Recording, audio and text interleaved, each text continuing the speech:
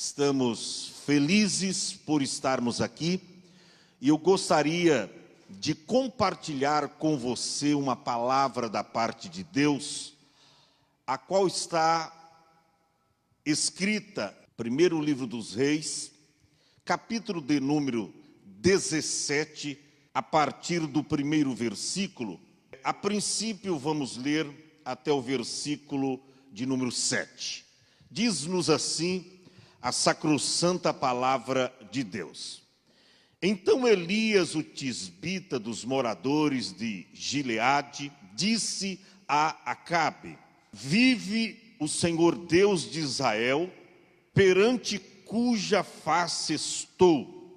Nesses anos nem orvalho, nem chuva haverá, senão segundo a minha palavra. Depois veio a ele a palavra do Senhor, dizendo: levanta-te daqui, vai para o ribeiro de Querite e esconde-te junto ao ribeiro que está diante do Jordão. E há de ser que beberás do ribeiro, e eu tenho ordenado os corvos que ali te sustentem. Então fez conforme a palavra do Senhor e habitou junto ao ribeiro de Querite, e que está diante do Jordão. E os corvos lhe traziam pão e carne pela manhã, como também pão e carne à noite, e bebia do ribeiro. E sucedeu que, passados dias, o ribeiro se secou, porque não tinha havido chuva na terra. Diga amém, você que me vê e você que me ouve na noite desta quarta-feira. Pois bem, eu gostaria de falar a palavra de Deus sobre o seguinte tema: o suprimento divino em tempos de crises. Escute bem isso. Nós lemos aqui uma palavra que registra um acontecimento extraordinário em toda a Bíblia Sagrada. Elias havia profetizado contra Acabe. Acabe estava com seu coração endurecido, escute bem isto, compactuando com os profetas de Baal. E nós encontramos que naquela época, o rei era a figura máxima dentro da sociedade. De maneira que tudo que o rei fazia, a sociedade copiava. Tudo que ele dizia, a sociedade realizava. Portanto, se o rei se afastava de Deus, toda a sociedade seguia o rei. Se o rei caía na idolatria ou no pecado, todos iam atrás dele. E o que aconteceu? De repente aparece em cena Elias, este grande homem de Deus. Deus chega para Elias e diz: Elias, mostra-te a Acabe, mostra-te a Israel.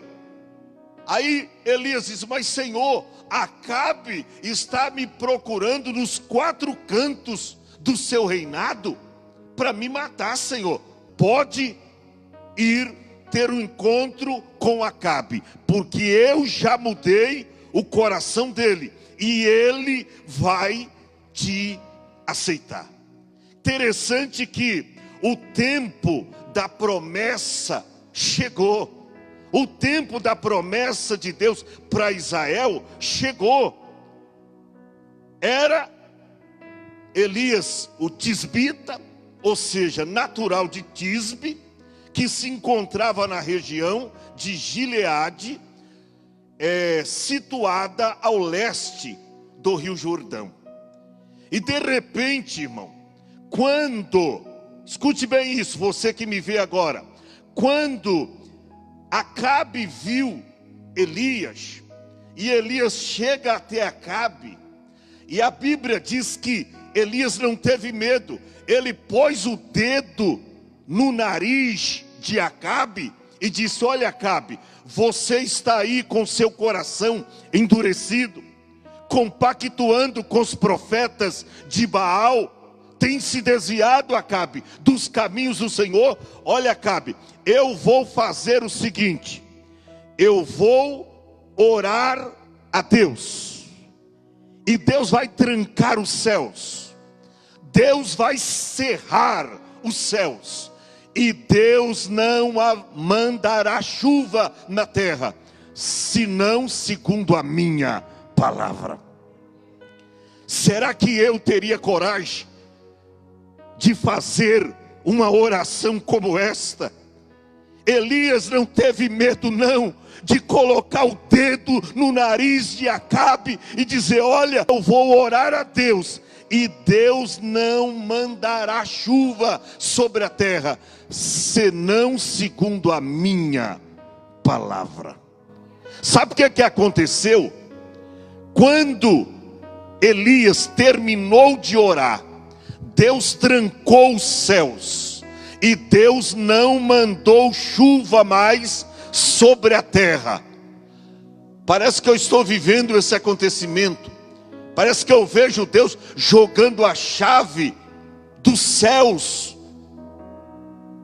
nas mãos de Elias e diz: olha, é contigo agora. Você trancou o céu, e a Bíblia diz que por 3 anos e meio não choveu sobre a terra. Agora, o que eu quero passar para você que me vê e que me ouve na noite desta quarta-feira, dentro desse tema, o suprimento divino em tempos de crises, eu aprendo aqui com a vida do profeta Elias. E a primeira coisa que eu aprendo aqui com Elias é que Elias era um homem que tinha intimidade com Deus. Porque se Elias não tivesse intimidade com Deus, ele não teria, é óbvio, ele não teria ousadia para fazer uma oração desta. Se Elias não desfrutasse, escute bem isto, você que me vê agora, se Elias não desfrutasse de comunhão, de intimidade com Deus, ele não teria coragem, ousadia, intrepidez para fazer uma oração dessa. Senhor, fecha os céus, não manda mais chuva sobre a terra, senão segundo a minha palavra. Algo me chama muito a atenção em Elias, era a sua intimidade que ele tinha com Deus. Elias era cheio do Espírito Santo de Deus, e ele se apresenta ao rei Acabe com uma sentença: vive o Senhor Deus, perante cuja face estou, que nesses anos nem orvalho e nem chuva haverá na terra, senão segundo a minha palavra. Olha a ousadia, nem orvalho, quanto mais chuva haverá na terra, senão segundo a minha palavra. Irmãos, o rei achou uma afronta. A que Elias está falando? Senão segundo a minha palavra. Quem ele pensa que é? Quem ele pensa que é? Elias era a boca de Deus, a espada cortante, esmiuçando as imagens e o poderio dos falsos profetas de Baal. Esse juízo que Elias acabara de profetizar aqui humilhava Baal, pois os seus seguidores criam que ele controlava a chuva. Os seus seguidores achavam que era Baal que mandava a chuva na terra, que Baal era o Deus, o dono da chuva. Agora ele diz: não, eu vou provar para vocês que aquele que está no céu, o Jeová, o Todo-Poderoso, é Ele que controla tudo na terra. Olha para cá, nós estamos vivendo em meio a esta pandemia da Covid-19. Deus não perdeu o controle da tua vida e nem da minha vida. Deus não perdeu o controle desta nação. A qualquer momento, e conforme nós ouvimos pela nossa irmã Arlete, no tempo determinado, no tempo de Deus, Ele se levantará favoravelmente à sua igreja. Deus bradará dos altos céus e esta pandemia marchará em retirada. Aleluia. Sabe por quê? Porque Deus está no controle de todas as coisas. Todavia, algo eu e você precisamos ter. O que é, pastor?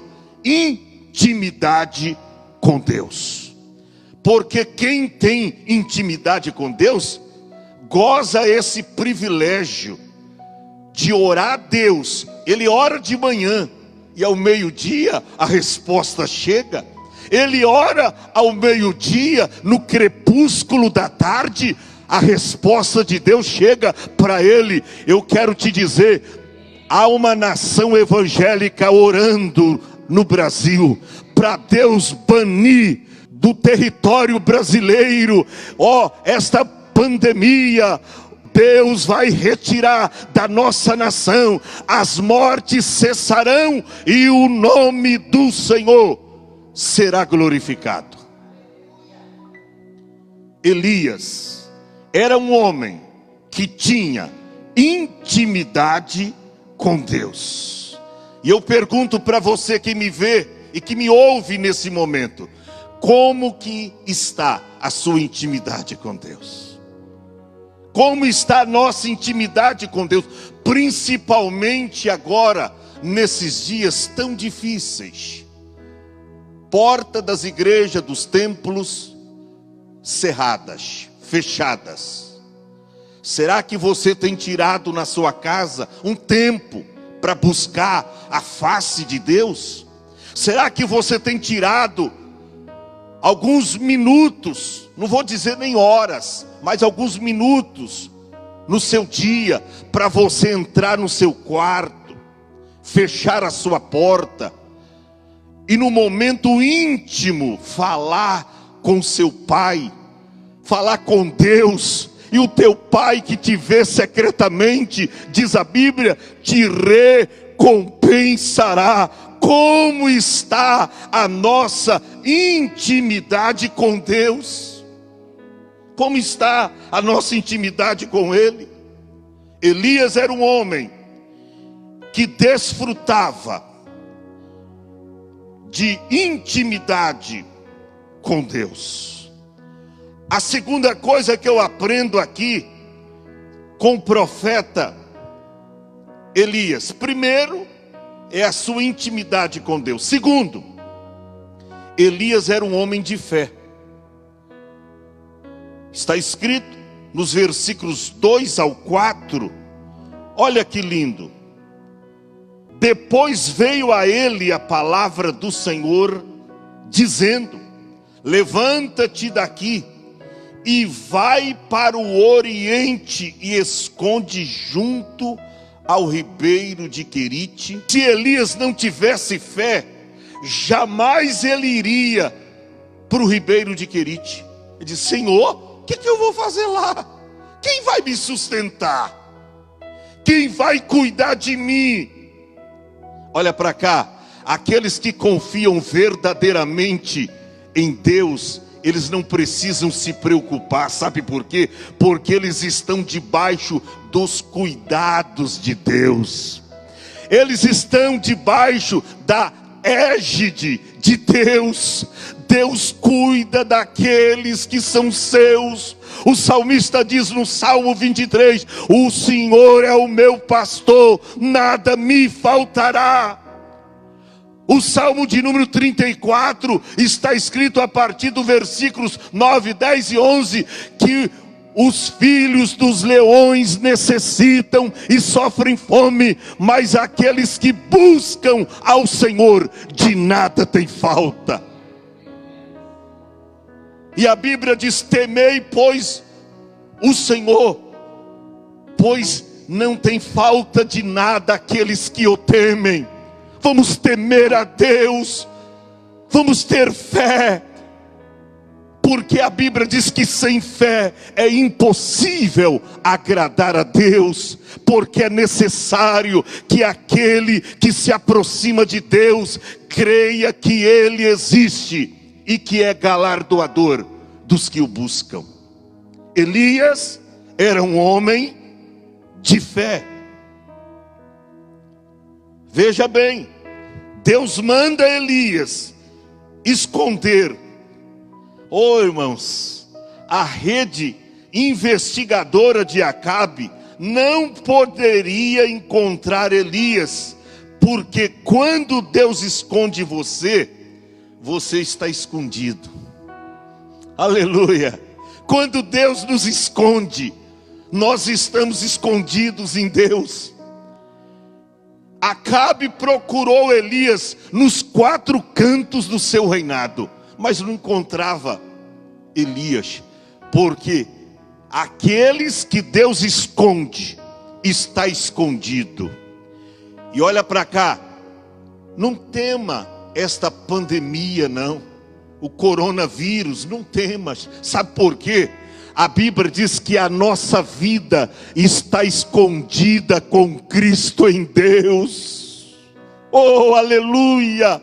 A Bíblia diz no Salmo 91 que aquele que habita no esconderijo do Altíssimo, à sombra do Onipotente descansará. Direi do Senhor: Ele é o meu Deus, o meu refúgio e a minha fortaleza, e nele confiarei, porque Ele te livrará do laço do passarinheiro e da peste perniciosa. Ele te cobrirá com as suas penas, e debaixo das suas asas estarás seguro.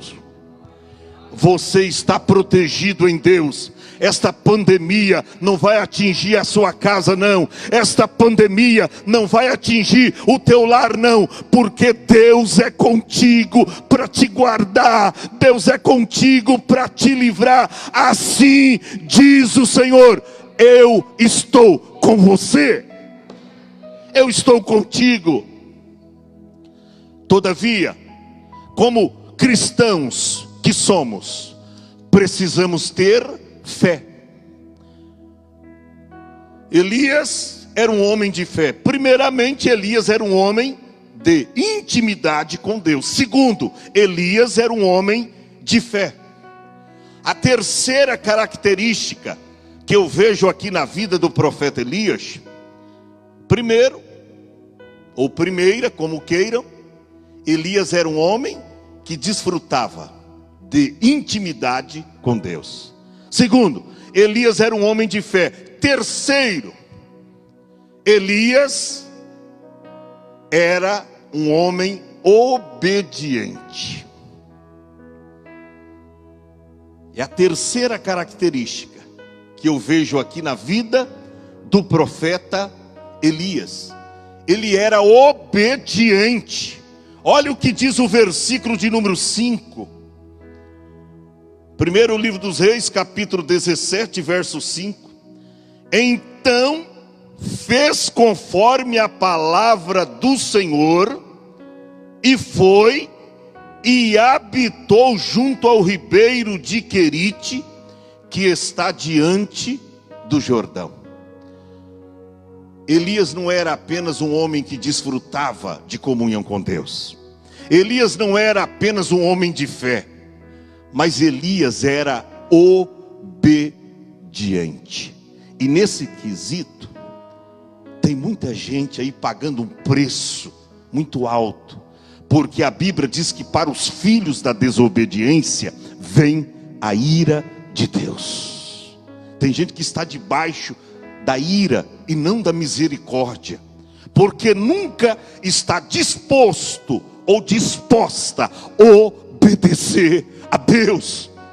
Deus diz: ó, congrega, ora mais, lê a Bíblia, junta-se ao seu pastor, esteja de mãos dadas com seu pastor, esteja de mãos dadas com seus líderes na igreja, mas sempre você está se acovardando e fugindo das suas responsabilidades. Tem muita gente debaixo da ira de Deus por causa da desobediência. Elias era um homem obediente. Ele poderia ter revidado e dito ao Senhor: mas espera aí, Senhor, quem vai cuidar de mim junto ao ribeiro de Querite? Quem vai comigo? Ele não questionou, simplesmente obedeceu. E manda quem pode, obedece quem tem juízo. Olha para cá, você que está me vendo, assistindo-nos através desta live. Deus exige de você obediência incondicional. Não é segundo o teu parecer, aquilo que você pensa, aquilo que você acha que está certo diante dos teus olhos. Olhe para o que está escrito, obedeça a Deus, porque está escrito que é melhor obedecer do que sacrificar. É melhor obedecer do que sacrificar. E eu pergunto, você que me vê agora, você tem obedecido a Deus? Está debaixo da bênção ou da maldição? Veja bem, a Bíblia diz que Elias, ele fez conforme a palavra do Senhor, porque ele foi, escute bem isso, ele foi, está no verso 5, do capítulo 17 do primeiro livro dos Reis. Ele foi, habitou junto ao ribeiro de Querite, que está diante do Jordão. Elias era um homem extremamente obediente, conforme nós podemos então aqui observar no versículo 5. E eu até quero ligar uma outra referência bíblica nesse tema, nesse item, lá em Jeremias capítulo 42, versículo 6. Você que tem uma Bíblia aí na sua casa, Jeremias 42:6, está escrito: seja ela boa ou seja ela má, a palavra do Senhor, ou a voz do Senhor, do nosso Deus, nós vamos obedecer. Nós obedeceremos toda a palavra que o Senhor Deus nos enviar. Olha o que o povo de Deus disse para ele no passado: seja a sua palavra boa ou má, a nosso respeito, se foi enviada para nós, nós estamos dispostos a obedecer. Ou seja, nós obedeceremos para que nos suceda o bem, obedecendo a voz do Senhor nosso Deus.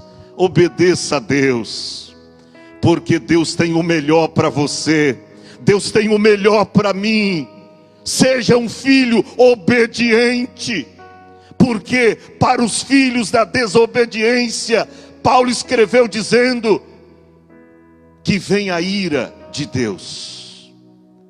Elias era um homem obediente. Deus mandou ele ir junto ao ribeiro de Querite, e ele foi. E para finalizar aqui, aquilo que Deus nos deu, Em quarto lugar, vamos recapitular. Primeiramente, Elias era um homem que tinha, que andava, que desfrutava de comunhão com Deus. Primeira característica, inegável. A segunda, Elias era um homem de fé. Terceira característica, Elias era um homem obediente. E a quarta característica, Elias era um homem que andava em total dependência de Deus. Pastor, prova-nos. Está no texto, está inserido no texto. A Bíblia diz que quando Deus determina Elias para que vá junto ao ribeiro de Querite, Deus diz: olha, porque eu tenho ordenado os corvos que ali te sustentem.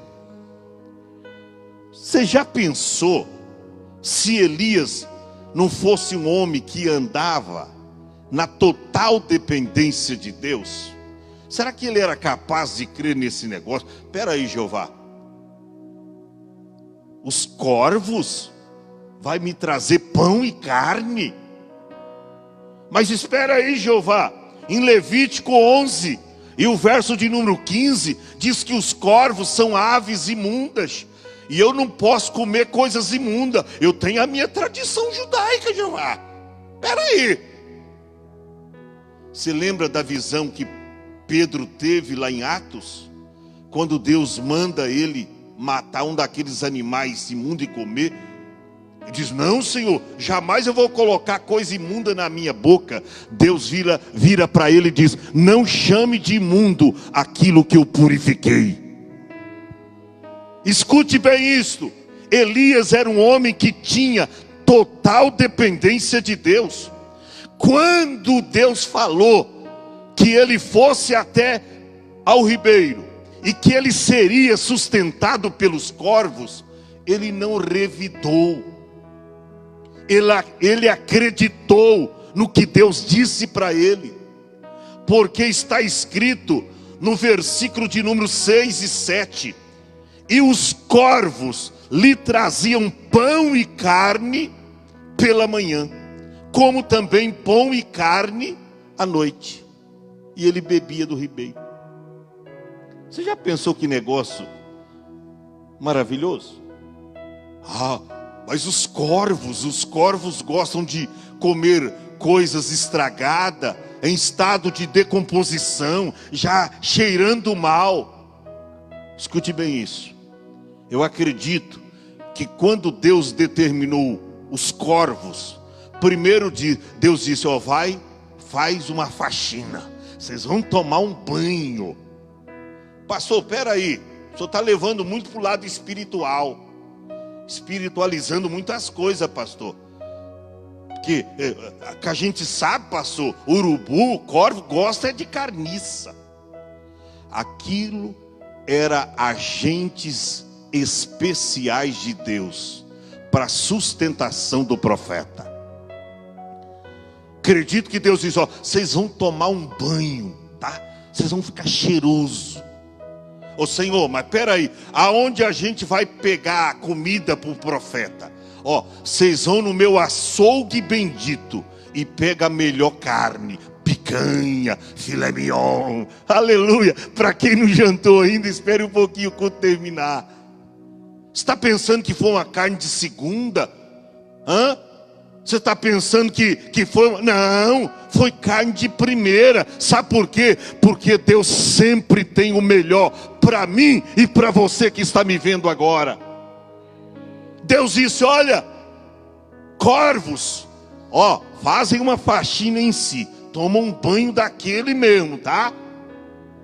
E aí vocês passam lá no meu açougue divino, porque Deus tem açougue, tá bom? Passa no meu açougue e pega a melhor carne, e passa também na padaria, pega pão.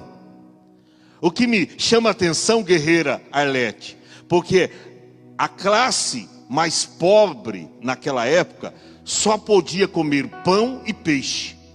o povão no geral só comia pão e peixe. Quem comia pão e carne é só aqueles que, aleluia, aqueles de vida abastada, aqueles que deveras tinha posses. Ou seja, Deus não deixou Elias o profeta com a comida inferior, não. Deus deu para ele o melhor.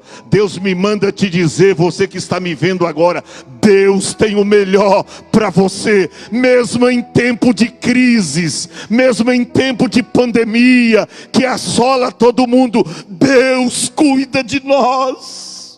Deus tem um cuidado especial por mim e por você. Acredite nisso e tome posse do sobrenatural de Deus para a sua vida. Eu acredito, olha para cá você que está me vendo. Eu acredito que no primeiro dia do profeta Elias junto ao ribeiro, eu acredito que quando deu, Paloma, mais ou menos ali um meio-dia, o profeta põe a mão na barriga e diz: epa, eu estou sentindo fome. Eu tô com fome. Aí ele levanta os olhos, olha para cá. Está vindo lá os urubus. Está vindo lá os corvos. Mas para quê? Os agentes de Deus trazendo comida, trazendo alimento para o profeta. Foi só ele pensar, só ele sentir, torcendo ali a sua barriga, opa, estou com fome. Quando ele levanta os olhos, ele avista os corvos. Interessante que os corvos, escute bem isso, os corvos, eles carregam seus alimentos tanto nos bicos como nas garras. Tanto no bico como nas garras.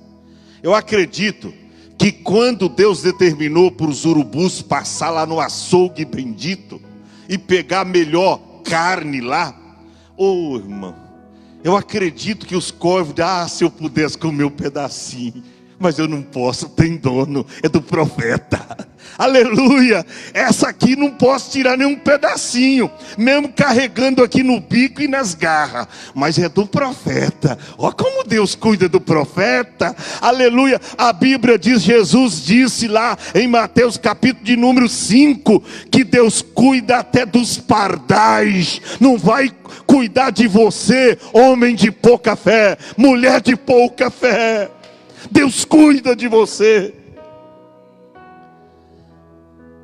O profeta está lá, de repente chegam os corvos. Eu não sei quanto, a Bíblia fala no plural, corvos, mais do que 2, 3, quem sabe uma meia dúzia. E eles vêm e traz pão e carne para o profeta. Oh irmão, que coisa maravilhosa. Tem que ser crente para crer nesse negócio. Tem que ser crente, tem que ser salvo, tem que desfrutar de comunhão com Deus, tem que ser obediente, tem que ter fé, tem que andar na total dependência de Deus. Aí Elias se alimenta ali ao meio-dia, crepúsculo da tarde. A Bíblia diz aqui que os corvos lhe traziam pão e carne pela manhã, como também pão e carne à noite. Eu nunca vi corvos, urubus voando à noite. Mas com Deus, quando Deus determina, aleluia, não tem hora da bênção de Deus chegar para você. Pode chegar à noite, pode chegar de madrugada. O importante é que Deus cuida de você. Deus cuida de mim. Quem sabe à noite ele põe a mão na barriga de novo. Opa, o efeito da primeira comida já foi. E eu estou sentindo fome. E eu não sei porque já está à noite, eu nunca vi corvos voando à noite. De repente ele começa a escutar o barulho de algumas asas. É os corvos que já havia passado na padaria de Jeová, aleluia, que já havia passado no açougue divino e pegado a melhor carne, o melhor pão, trazendo para a sustentação do profeta. E olha para cá, eu vou terminar. Sabe o que aconteceu? A Bíblia diz que Elias esteve ali muito tempo, muitos dias, até quando o ribeiro secou. Ele comia pão e carne pela manhã, como pão e carne à noite, sustentado pelos agentes de Jeová, os corvos. E ele bebia do ribeiro. Pastor, mas diz em seguida, a partir do verso de número 7, que passado alguns dias, aí o ribeiro secou. Olha para cá. Quando uma porta se fecha na sua vida, Deus abre outras ainda melhores. Aí Deus disse: Elias, seu tempo aqui findou. Entra na cidade de Sarepta. Vai lá para Sarepta. Mas para quê, Senhor? Eu tenho ordenado uma fazendeira que ali te sustenta. Fazendeira? Onde se leu isso na Bíblia? Não. Eu tenho ordenado uma viúva. E ela vai sustentar de você. Você vê que Deus pega em tempos de crise. Nunca houve avivamento em tempo de bonanças. Sempre os avivamentos bíblicos aconteceram em tempos de escassez, em tempos de crises. Deus não disse, vai lá para Sarepta, porque eu ordenei uma fazendeira. Ela está ali, com a despensa cheia, a casa cheia, abarrotada de alimento para te sustentar. Nananina, não. Quando Elias chega até a cidade, quem que ele encontra na porta de uma cidade? Uma viúva catando 2 cavacos para colocar a última refeição na panela, comer, morrer ela e os seus filhos. Ele chega a ver aquela cena, a mulher não estava conseguindo nem ficar em pé. Aí ele chega, pede água. Quando a mulher vai buscar a água para o profeta, ele diz, faz o seguinte, além da água, faz também para mim um bolo pequeno. Não precisa ser grande não, faça um bolo pequeno. Diz, está no verso 11 e 12. Ela diz, olha, o que? Fazer um bolo para você? Você não está vendo aqui que eu estou catando esses cavacos? Eu só tenho um pouquinho de farinha numa panela e eu vou colocar, vai ser a última refeição. Eu vou comer mais os meus filhos e aí a gente vai morrer. Aí ele profetiza na sua escassez. Ele diz, não, faz isso que você está falando. Mas primeiro você faz para mim e depois para você e o seu filho. Porque assim diz o Senhor, a farinha da panela não acabará, e nem o azeite da botija faltará, até o dia em que o Senhor mandar chuva sobre a terra. Isto prova que Elias era um homem que andava em total dependência de Deus. Ele profetizou para a vida da viúva. A Bíblia diz, irmão, que a farinha da panela daquela viúva fora multiplicada e o azeite não acabou. Sabe o que eu quero findar aqui? Esta palavra e dizer para você que o que Deus tem para você não acaba. Quando eu vejo a alegria de alguns crentes acabando, parece que tem alegria quando tudo está bem. Aí é fácil vir na igreja adorar a Deus.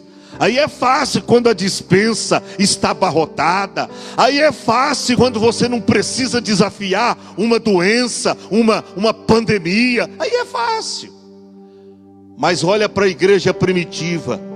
Quando eles eram perseguidos, açoitados, quando crentes eram degolados, conforme a descrição lá de Hebreus capítulo 11, eles eram cerrados ao meio, mas eles não deixavam a fé cair por terra. Eu pergunto para você, aonde está a tua fé? Se estiver na circunstância, a sua fé, permita a minha franqueza, é artificial, porque tem muitos crentes cuja fé é assim, ele é movido mediante a situação em que ele se encontra. Se ele tem grana, se ele tem posses, se ele tem saúde, aí ele glorifica a Deus. Mas quando o vento assopra o contrário na vida dele, procura ele na presença de Jeová, você não encontra. Eu quero orar por você. O suprimento divino em tempos de crise. Deus quer mudar a tua história. Deus quer mudar a tua vida. Deus tem o melhor para você. Você que me vê através desta live, olha para cá. Esta pandemia, o Covid-19 não vai te deter em casa não. Você é guerreiro. Aonde estão os nossos guerreiros? Cujas espadas estão erguidas para a guerra, cujo desejo é servir ao Senhor Jesus. Esta pandemia não vai te vencer não, porque há o maior conosco, o Senhor dos exércitos. O Salmo 46 está escrito: o Senhor dos exércitos está conosco, o Deus de Jacó é o nosso refúgio. Não temas. Em tempos de crises, há o suprimento divino para você. Nada te faltará. O Senhor é o meu pastor, nada me faltará. Não vai te faltar saúde para servi-lo. Não vai te faltar disposição, ânimo. Claro, umas lutinhas também tem, né? Aleluia, mas isso faz parte da vida cristã. Deus nos chamou para a guerra, Deus nos chamou para lutar. É por isso que Deus te deu, olha o tamanho dessa espada, ó, Deus te deu uma espada na mão, a Bíblia sagrada. Não fuja, não seja um crente covarde. Sai da toca, meu irmão. Sai da caverna, Elias. Apresenta-te ao teu Deus. Apresenta-te ao teu Deus. Deus está falando com muitas pessoas em casa. Eu estou sentindo uma virtude aqui saindo, uma virtude curativa, saradora. Eu estou sentindo aqui fortemente a presença de Deus entrando em muitos lares do Brasil, em muitas vidas que estão prostradas, que estão caídas. Eu quero orar por você, e aí ao som de um louvor, nós vamos estar finalizando o nosso culto. Fecha os teus olhos. Quer dar a mão para sua família, para sua esposa? Você está aí na sua casa, né? Imune até as doenças que estão do lado de fora. Tomara que isso seja verdade na sua vida. Pegue na mão de quem está ao seu lado, você que está aí me vendo agora. Eu quero abençoar a tua casa, eu quero abençoar a tua vida. Pai, eu oro por esta família, eu oro pela vida desta pessoa que permaneceu conectada conosco até agora, e elas estão ouvindo a tua palavra, e quem sabe tem pessoas chorando. Oh, aleluia! Quem sabe tem pessoas aqui derramando lágrimas, pedindo perdão, ó, porque tem fugido de suas responsabilidades, tem se acovardado, ó, deveriam estar ao lado de seus pastores, de suas pastores, guerreando. Tem muita gente fujão, Tem muita gente que tem tomado a direção, de Tarsis, ao invés de Nínive. Mas nesta noite, o Senhor tem falado conosco por intermédio da tua palavra.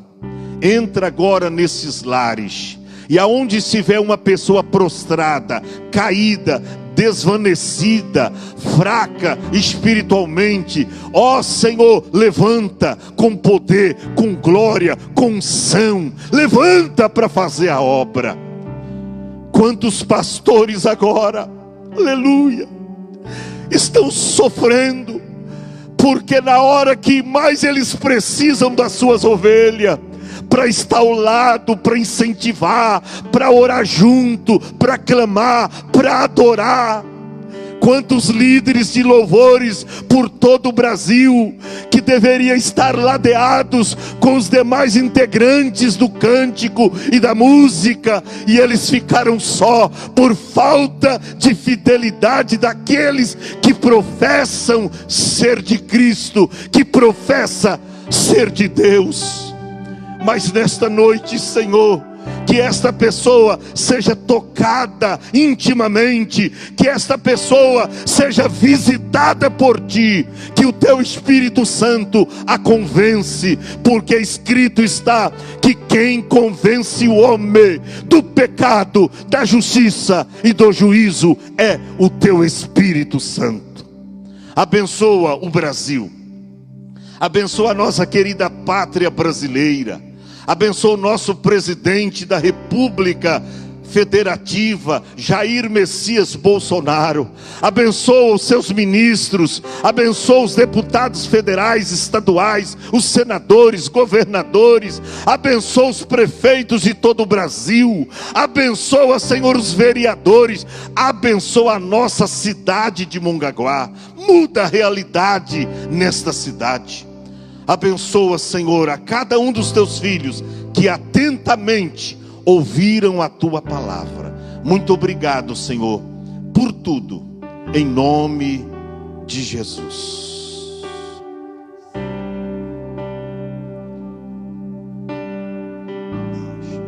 Oh, aleluia. Deus abençoe você. Que a graça de nosso Senhor Jesus Cristo, o amor de Deus e a comunhão do Espírito Santo seja com você, com a sua casa, com a sua família e com todo o Brasil, hoje e sempre. Oh, aleluia. Santo, és incomparável, és inigualável. Abre os meus olhos, Senhor, mostra que Tu és e enche o meu coração do amor que faz mudar.